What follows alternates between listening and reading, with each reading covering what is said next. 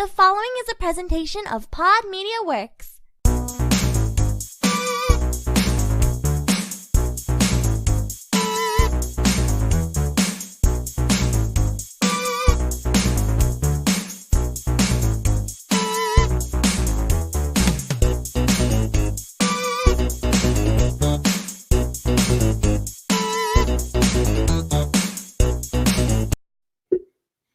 Hello, everybody, and welcome to the Totally Rad Movie Podcast, where we take a movie from the 80s or early 90s, and we, I guess, just crap on it for your listening pleasure. I am Scott. Hey, it's Larry. And we have another special guest today. Special guest, go ahead and introduce yourself. Hey, it's Jeremy. It is... Our friend from what I say is our sister show, the STS Guys, right? So we have Jeremy on board because there's a special movie that we're going to talk about. It's Christmas. Let's consider this the Totally Rad Movie Podcast Christmas special here. We're going to be talking about my favorite Christmas movie, and I know it's one of Jeremy's, if not his top, 1988's Die Hard. Die Hard. Nice. Hard. It's not Christmas until Hans Gruber falls off Nakatomi Tower. Exactly, right? Until he falls from the 30th floor. Like, that is my Christmas tradition. On Christmas Day, I watched Die Hard. I know some people watch, like, the parades, or they watch, we're going to watch Rudolph. No, I watched Die Hard. So let's get into it. Larry, I'm putting you on the spot here since Jeremy and I are big fans, and I know you're not as big a fan. I'm going to make you do it because I think this is fun. Go ahead. Explain to me the story of Die Hard. Cool. So I'm positive I have never seen the full movie. I know we did trivia on it like a couple of... Yeah, that first half. I've never seen the first half. I know I've watched it on TV. So I think I've seen like the second half maybe, but there's a whole bunch of parts that I had never seen before. So this was interesting. But yeah, anyhow, story of Die Hard, right? John McClane, New York cop, travels to Los Angeles, California to meet up with his wife, who has a new job out in LA, and it's Christmas Eve, and he's kind of surprising her. He shows up at her office. They're having a Christmas party, and all these terrorists burst in the door and take over and take all the employees hostage. And somehow John McClane ends up off on his own, and he ends up basically single-handedly destroying the terrorists. Yeah. We'll say systematically wiping them out. Systematically, yes. Very good. Yeah. He's basically a guy having the worst day imaginable. It's right? not an expected surprise, right? No. Like... So one thing I have to give the credit for is I love the character of John McClane in this, just because he's not, at the time, this is around what Commando came out around the same time as this, right? Like, or if not, like a few years before. Like Stallone and Schwarzenegger were like the big action stars at the time. They're these big buff dudes. There was like quips and that sort of thing, but they were all like, I bring up Commando and he's like, let off some steam, and he throws a steam pipe through a guy's chest, right? Like, it's dumb quips like that. Whereas this one was more of, we'll say, like, everyday man kind of in the role. Like, people could see themselves as like, oh, I could be John McClane. Like, yeah, he didn't do anything really that, like, he's not like super strong. He's just a normal guy. And the stuff he says, you're like, yeah, that makes sense. Like, he's being a dick, like, to the terrorist. It's Bruce Willis's first action movie. Like I said, he was the cheesy cop from Moonlighting. Yeah, right. Yeah. And then now shows up as, like I said, this badass like action hero. And honestly, I think, like I said, from the interview we had earlier with from the guy who made the Toys That Made Us, like I said, the spinoff show, the movies that made us. Die Hard was one of those movies, and it was interesting to hear that Bruce Willis was, like I said, at that point in time, the highest paid action star. Right, like $5 million for this movie. Yeah, because basically they're like, oh, we're not going to go with any like gross or proceeds or anything like that going to him. Like, he's going to do this movie, and he's probably not going to do well. So let's get him like at least paid well, for the role. Yeah, but it was all like rom-coms or like silly kind of like movies that, like he had never really done any action things. So a lot of people didn't even have faith that the guy from Moonlighting could pull off this whole, anti-terrorist thing. And he knocks it out of the park. Like I said, he's the believable action hero, which you don't get a whole lot of in movies a lot. It's the, like The Rock, he was missing a leg, but still can clear a 30-foot like gap. You're like in Skyscraper, which you're like, those don't happen. But in this, you're like, dude, he tries to jump down the vent and he fucking misses and falls and like catches, or, he throws the chair into the window and it only somewhat breaks. Like, it's not like there's definitely fault and flaws to the character, which I like. But let's go into it. Couple of things I noticed. Did you guys notice something that I never noticed? And the movies that made us brought this up. Did you guys notice the one big goof in the movie? When the terrorists show up to the building, and they all get out the back of the van that they bring in, the truck that they bring in, you can clearly see that the truck is empty. But at the end of the movie, they have a fake ambulance, which is their escape vehicle, in that truck that backs out. As a child and growing up, I never noticed that. It took me until watching that documentary and then going back and watching it again for this show that I was like, oh, no shit, they didn't put the van in there. There is no van. Like, that ambulance doesn't exist until they need it to later. Well, and it's one of those things too where like the movie is actually riddled with like flaws. We'll say goofs. Like, yeah. Continuity issues? Well, not even continuity issues, but just like, so like there's a part, like I said, where you can clearly see that Bruce Willis is wearing fake feet. Yeah, oh, really? Right. When he has to run across the glass, like if you pause it, it's there. The other one is when Nakatomi gives his speech and you hear all the people like clapping. If you actually look, no one's clapping in the crowd. Like they added the clapping post. Like, so you're like, why is that like what? That's a pretty good one. Yeah. So there's definitely some goofs and some things. I have to give it to the unsung heroes of the movie though. One being Sergeant Al Powell, right? Like the dude's the real. I'll say the real extra hero of Die Hard. Like John wouldn't have made it through without his. I don't know I want to say pen pal, but I don't know what it is. Like if it's over the radio, is this radio friend? I guess. And then, dude, no one gives credit to Argyle, man. He actually takes out one of the terrorists too, like the limo driver.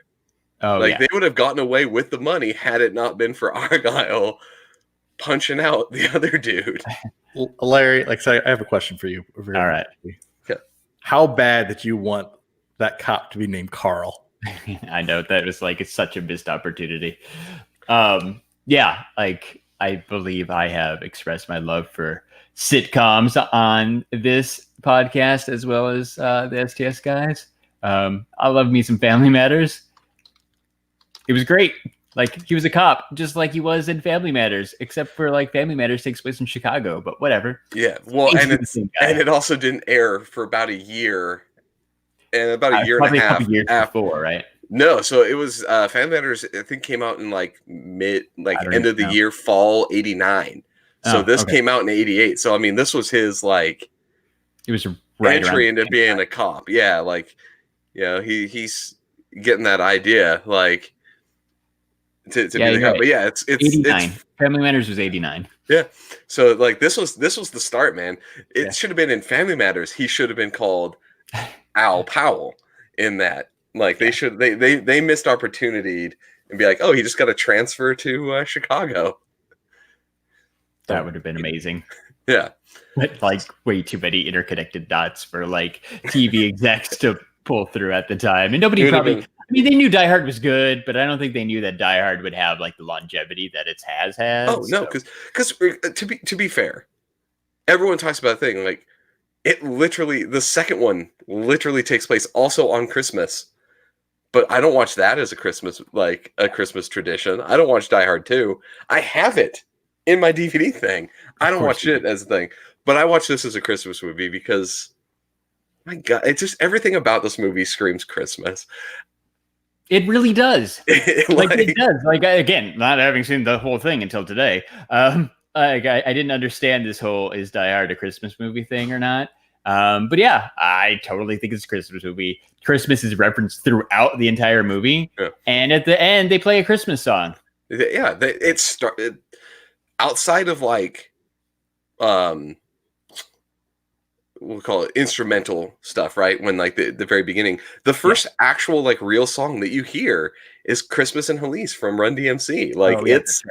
It starts with a Christmas song and it ends with a Christmas song. Yeah, that was pretty good too. When the limo drivers, right when Bruce Willis tells the limo driver to turn on the radio and he plays this rap song, and Bruce Willis is like, "Can't you at least play some Christmas music?" And he's like, "Dude, this is Christmas music." Yeah. I'm like, that was kind of perfect, right? Because it's kind of like Die Hard being a Christmas movie. It's like, hey, can't we watch a Christmas movie? Like, dude, we are watching a Christmas movie. It is definitely a Christmas movie. Yeah, I agree. Ho, ho, ho. Now I have a machine gun. The whole Christmas movie thing's gotten a little bit out of hand, right? Like I saw on Twitter this week that Mean Girls is a Christmas movie now.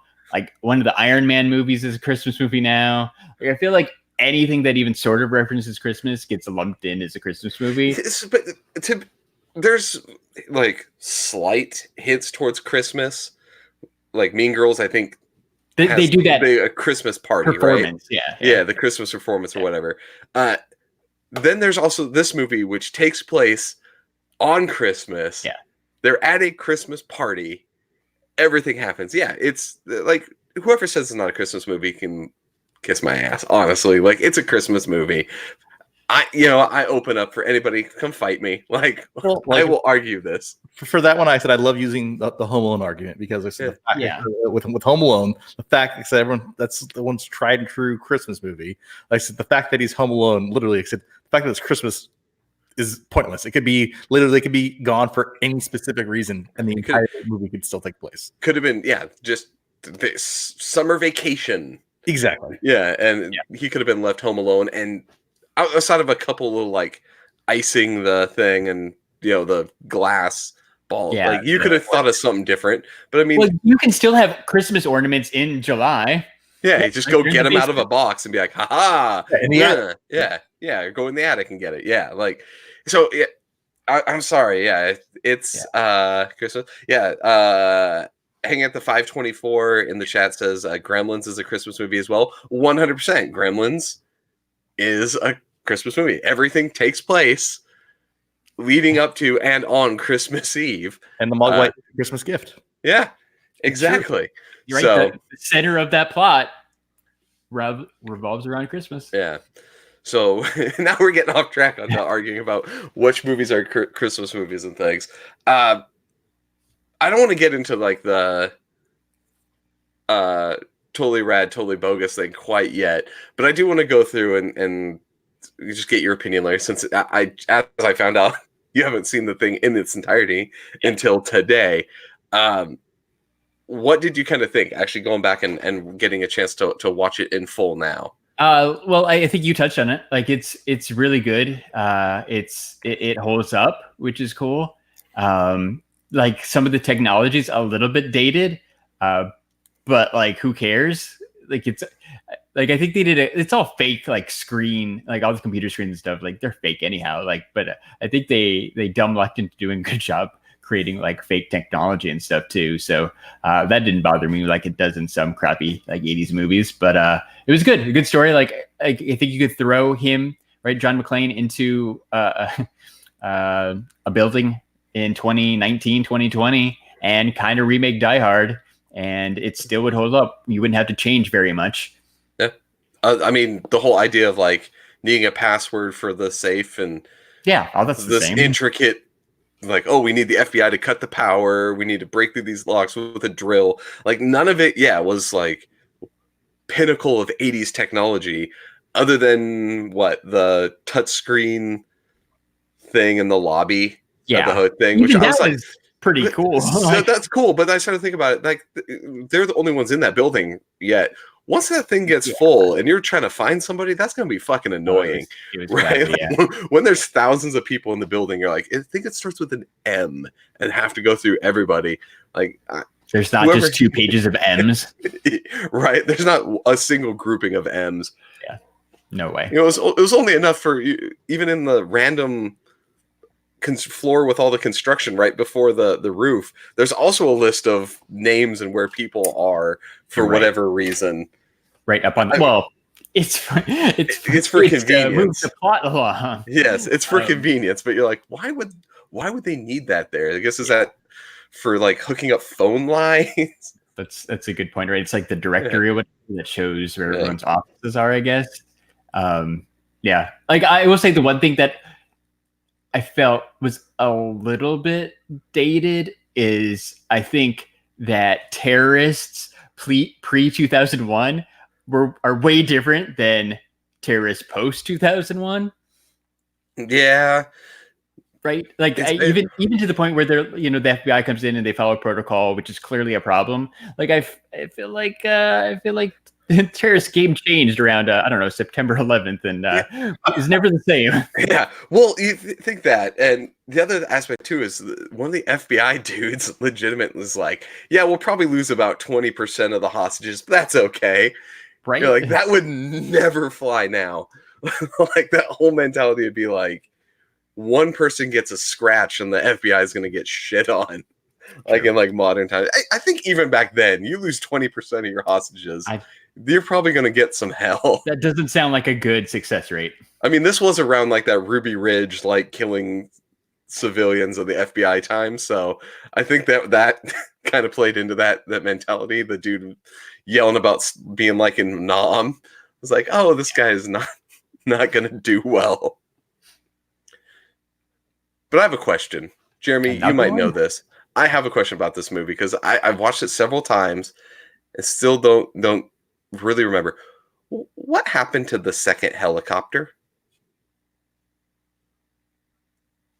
Silence. No, you're right. I was watching it the other day and I never really noticed this, but 2 of them are flying through the city. The one with the FBI agents on it is the one that gets blown up, right? And it falls to the ground. We never see that helicopter number 2. Did it just like see its buddy blow up and it's like, I'm out? Like, I'm done here? Well, watching the movies that made us, it makes sense of why they didn't. Like I said, they limited those scenes to begin with. Yeah. Because so from that show, we learned that they literally had an hour and a half to film all the chopper scenes. Yeah, including the explosions. Oh, wow.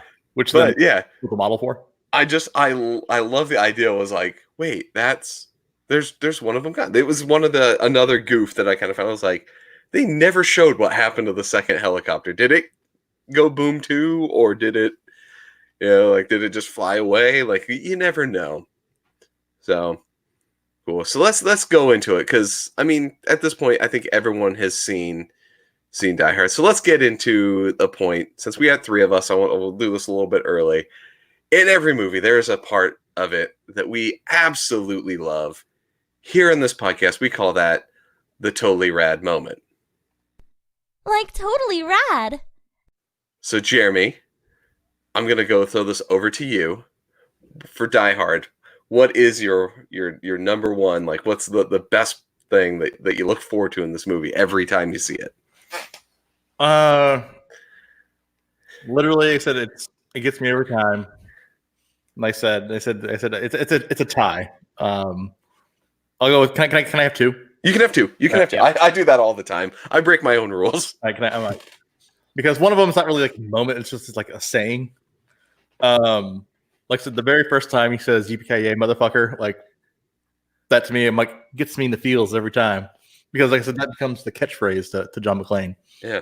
I actually love the fact too that it really isn't like where people think like he's like saying it to to somebody. The way he says it, he's like, "Oh, I'm more partial to Roy Rogers myself." He's like, "Oh, so you're a cowboy?" He's like, "Yippee-ki-yay, motherfucker!" Yeah. Like it's his reference to just being called a cowboy. Yeah, everyone thinks it's the one towards the end where he actually yells it. But no, the first time is just kind of in like a passing conversation. No, he's literally talking on the microphone, like the yippee-ki-yay, motherfucker. Yeah. But honestly, no, it has to be The Fall of Hans Gruber. Just because, like I said, even before the movies that made us came out, I knew how that was filmed, where they basically like dropped Alan Rickman without him knowing it. Yeah.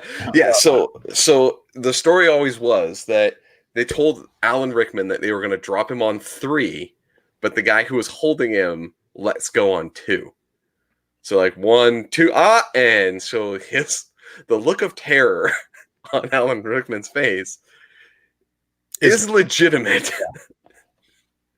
Yeah, that is always good just to see, because you can't fake fear like that. No, like I said, you can see it in his eyes. Like he was like legitimately scared. Yeah, that's like the oh shit moment. He wasn't expecting it. Like I said, it was that perfect scene of like, you know what? Hey, you know what? He's gonna be dropped. And like I said, that look in his face, I'm like, you know what? And scene, you know, like goodbye, Hans Gruber. Yeah, and this thud. I hope that's not one of the hostages. So yeah, those are very, very good moments. Larry, what about you? Well, my totally rad moment from Die Hard. Jeremy touched on it earlier. I love Family Matters, so it had to be related to Sergeant Al Powell because he was pretty awesome in the entire movie. But if you had to pick one moment, it's when John McClane kicks the guy out of the window and he lands on his cop car, right? And that's how Carl from Family Matters realizes that, oh wait, there's actually something going on in this building. Yeah. It's not a false alarm. I better not leave. Yeah. And it just moves the plot along. It starts the whole "welcome to the party, pal." Yeah. Right. Perfect. I had to pick something with him because he's awesome. And that scene is great. Right. Anytime somebody gets tossed out the window, it's a great movie moment. A person getting thrown out a window as a message is always great, because it also is one of the best parts of Con Air is when the convict hits the car. Dave Chappelle, yeah, or flies up the bottom of the plane. Yeah, with the message about the plane on him. So, what's yours, dude? Okay, so like Jeremy, I have one that I think is the part that I giggle at every single time. It's when the terrorists, well, I'm going to call them robbers. They're not really terrorists. They're fake terrorists, but they're just trying to rob the building, right? They want them bearer bonds. It's when they're waiting for the SWAT team to come into the building, and one of the terrorists, the dude that's like every Asian bad guy that you've seen in like the late 80s, with the bald guy with the long hair in the back. Yeah, exactly. He's in like every movie in the 80s. He's always like a bad guy. He gets down, he like hunkers down waiting for the SWAT team to come in, and he's by a candy thing, and he reaches over and he grabs a Nestle Crunch bar, and the next time it pans over to him, it shows him like eating the candy bar. Like that scene, I giggle every time, because that would be something my fat ass would do, right? I'm like, I gotta wait for these guys, just grab a candy bar. Oh, Nestle Crunch. Nestle Crunch. See him coming. Nothing wrong with grabbing a little snack. Yeah. So that was kind of my first one, but I honestly will say my totally rad movie moment is legitimately when Hans and John McClane meet in person for the first time. Right? Oh yeah, you'll mean no. Yeah, and like, yeah, he thinks he gets away with it because he gives a name that's on the list or whatever, right? The bad American accent. Yeah, Bill Clay, and then John McClane gives him a gun, and he turns around or whatever, and Alan Rickman like pulls it, basically like threatens him, pulls the trigger, and realizes that John gave him a dummy gun, and that was the real test to find out who it was. And like the whole like oh shit kind of moment. And then he clicks and he's like, think, huh? Like, like I love that part of the movie. It gets me every single time. It was pretty good. I liked, right? I mean, you're sitting there like, oh, come on, John McClane. How are you going along with this? But he was onto it. But yeah, I mean, everyone does love the whole season's greeting taped gun to the back. That's always a good scene too. That's a good runner-up. Well, the machine gun, when he writes "ho ho ho" on the guy's sweater and stuff like that. That one's pretty good too. And of course, I love the fact that he doesn't just like kill the guy and send him down with ho. Now I have a machine gun, ho ho ho. He then finds the Christmas lights off in the side and is like, and puts a Santa hat and decorates the guys. It's a little detail. And he sends him down the elevator. He's like, not only am I going to piss you off, I'm going to royally piss you off. Yeah. Well, that, and then the fact that it's that long-haired dude's brother. Like, right. That sets that into motion. It's Carl's fire of, like I said, of that guy coming back from the dead, like from like dangling. Al. Yeah. And then Al giving Al his confidence back to finally pull his gun again. So, real quick, so speaking of Al Powell's confidence, so did you hear why he lost his confidence? Because he shot a kid, which is like the ironic, like un-PC that you can't even talk about. So that accidentally shot a kid. Yeah, he had a ray gun, looked real enough. And like nowadays, he'd be fired, and well, maybe not. Now that I think about it, maybe not. Depends on what kid we're talking about. Yeah. And this went in a weird direction. So let's move on to the points that we don't like. So as we've always said, with every movie, there's also that point that we think is just utterly ridiculous. We call this the totally bogus moment.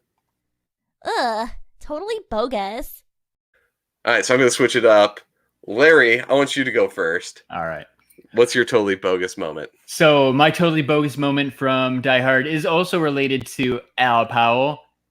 It's when he's getting his Twinkies at the gas station for his wife, and he gets the call that, hey, something's going down at the tower, and he's got to finish up work. Well, when he walks out and like starts to drive away, gas was 74 cents.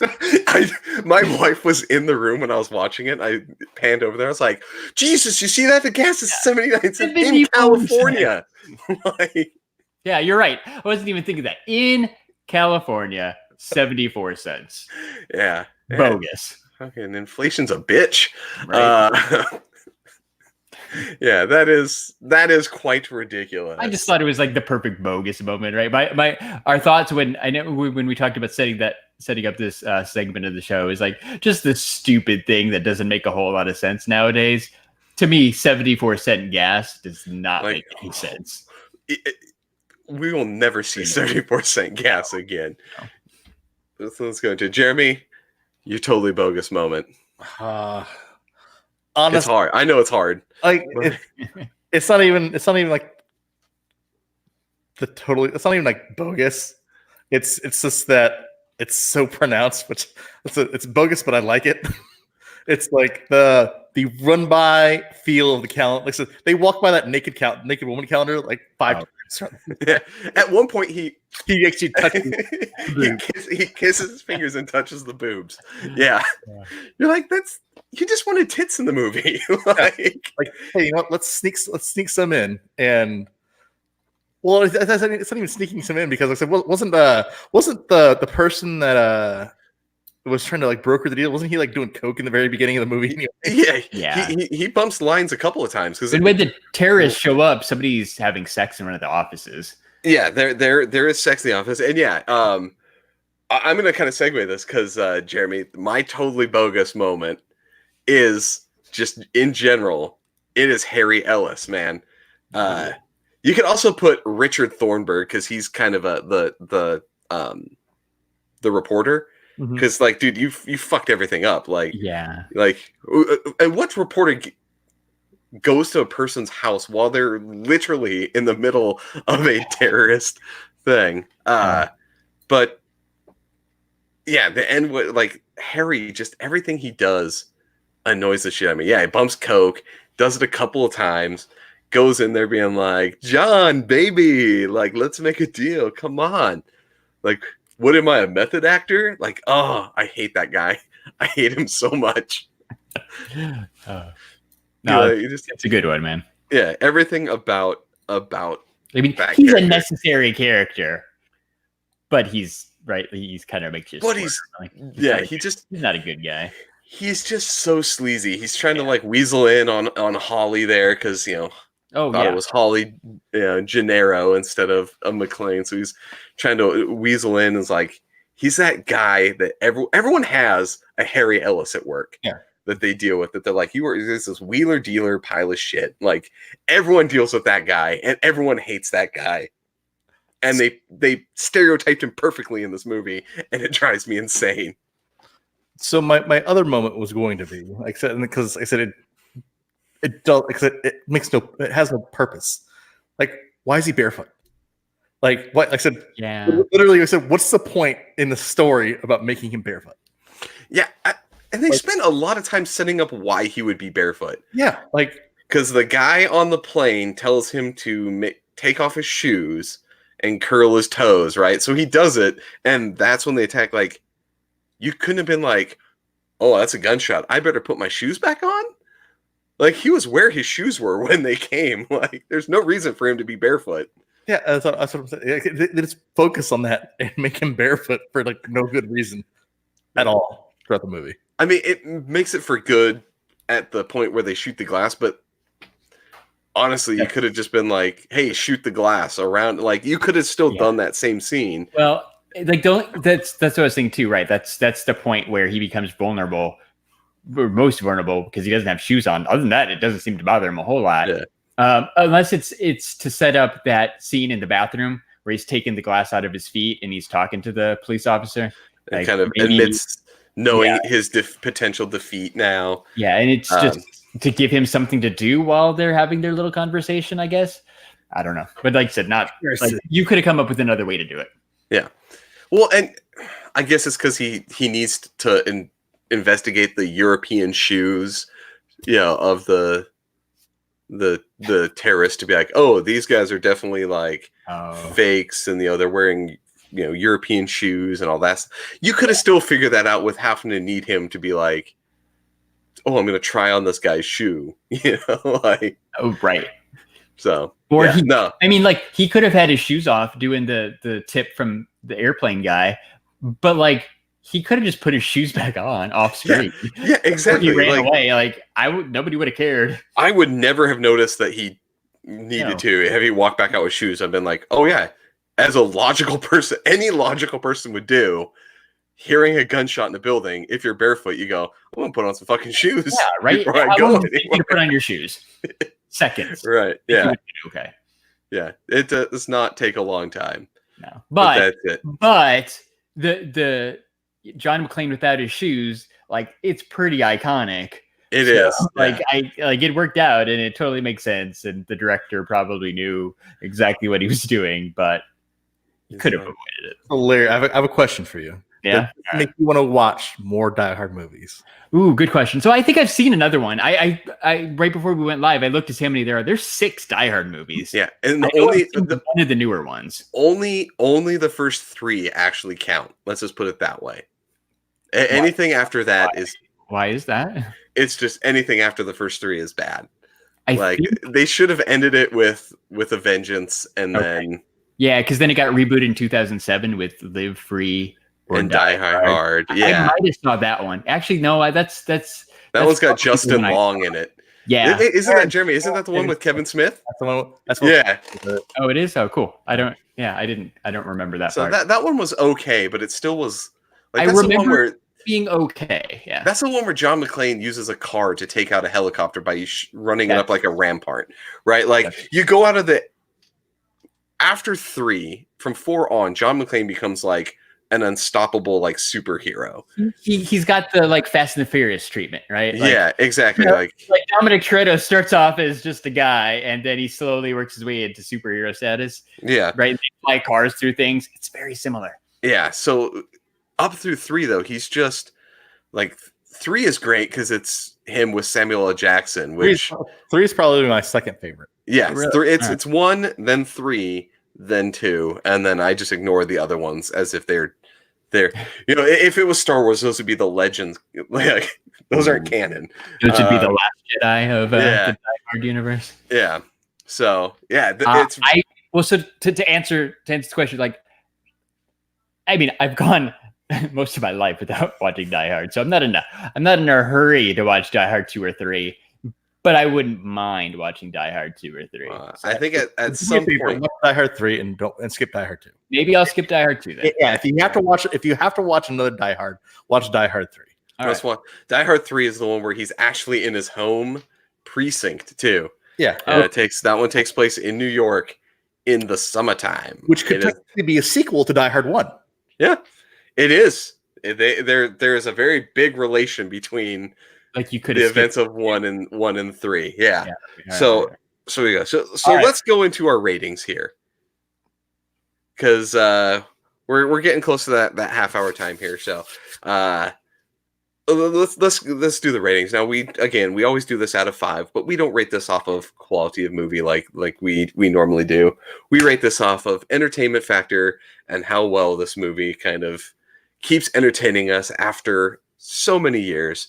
So out of 5, Jeremy, give a rating for Die Hard. 5. 5. That's a full one, man. Die Hard is a movie that if it's on, I'm watching it. It doesn't have to be Christmas. No matter what it is, I'm like, oh shit, Die Hard. I'm gonna watch it. Yeah, I don't know. It's just one of those things that Larry touched on this earlier. I said it's withstand the test of time. Like it's a great movie. Like you said, you can watch it and the events of it could technically still happen. Like I said, no matter what year or what era it is. Like I said, the story is good. Like I said, the circumstances, like I said, just the whole kind of buildup of like the action hero that's not already an action hero. And I think that it's that transition and which makes Die Hard great. Like, so for me, like I said, as far as like a solid like 80s movie, like an action movie, dude, it's a solid 5 for me. Perfect. Larry? Yeah, totally a 5 for me too, man. Which is crazy. Like Jeremy said, like all I'm looking for is if it holds up. This one totally holds up. It was enjoyable. And yeah, like Scott said, like it was on TV or something. Not that I watch regular TV anymore, but like if I was flipping through the channels, I would stop and watch at least a little bit of Die Hard again for sure. I'd like to point out this is crazy too because I gave Wayne's World a 5 last episode, so that's 2 5s in a row. That it is. We're hitting some good territory with these ones. How about you, man? You're gonna give us a curveball here? Yeah, I'm not gonna throw a curveball. Y'all know my thoughts on Die Hard. Like I am a huge Die Hard. Jeremy says 5. It is a 5 for me. If I could give it a 6, I would give it a 6. Like I love me some Die Hard. It is great. Everything about it just it's fun. You have the best terrorists with the best plan because you don't know what they're doing, but by the end of the movie, you're like, their plan fucking totally makes sense. Like what they're doing, like they calculated everything and knew exactly what they were going to do to get into that damn safe. Like they had a well-planned thing. As you know, Hans says at one point, he's like, I'm not just a thief, I'm a very good thief.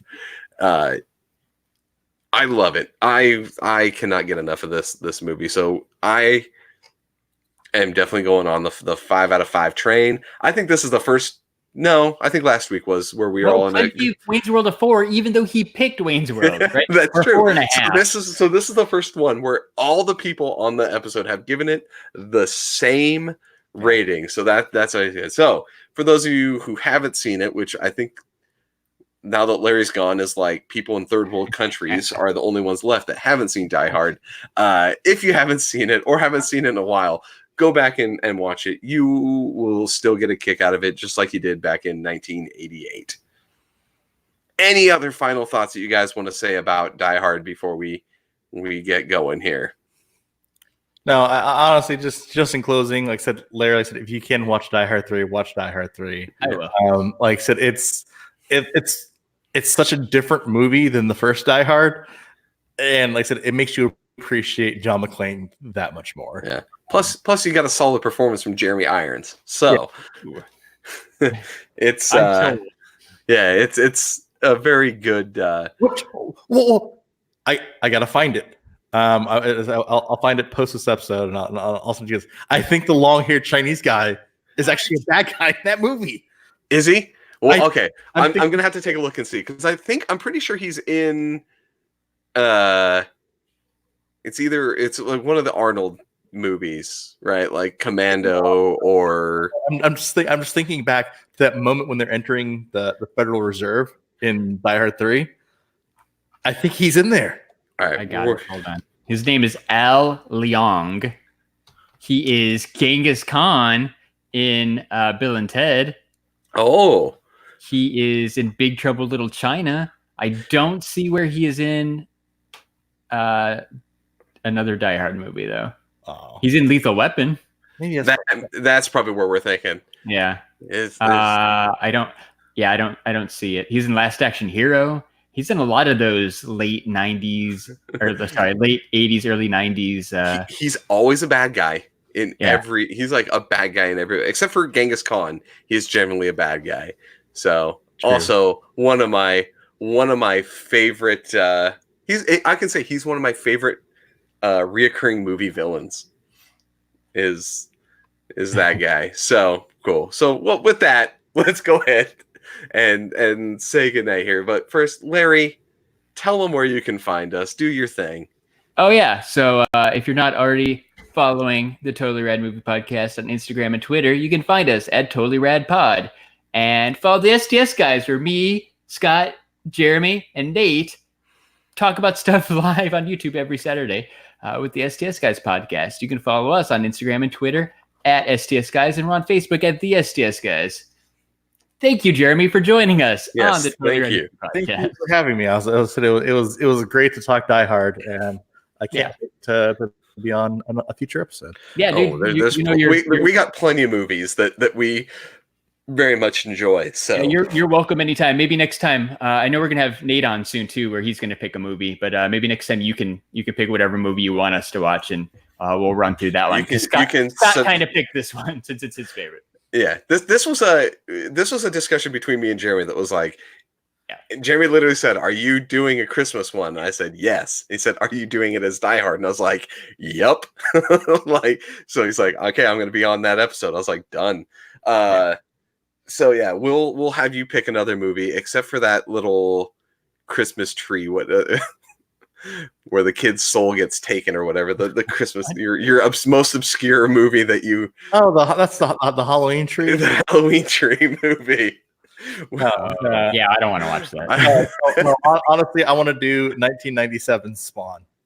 Okay, cool. Okay. Well, yeah, we got plenty to talk about, so we'll add that one onto the docket here. So, well, with that, for episode 10 of the Totally Rad Movie Podcast, I am Scott. Hey, it's Larry. And y'all have a great night. We'll see you next time. Bye. Bye.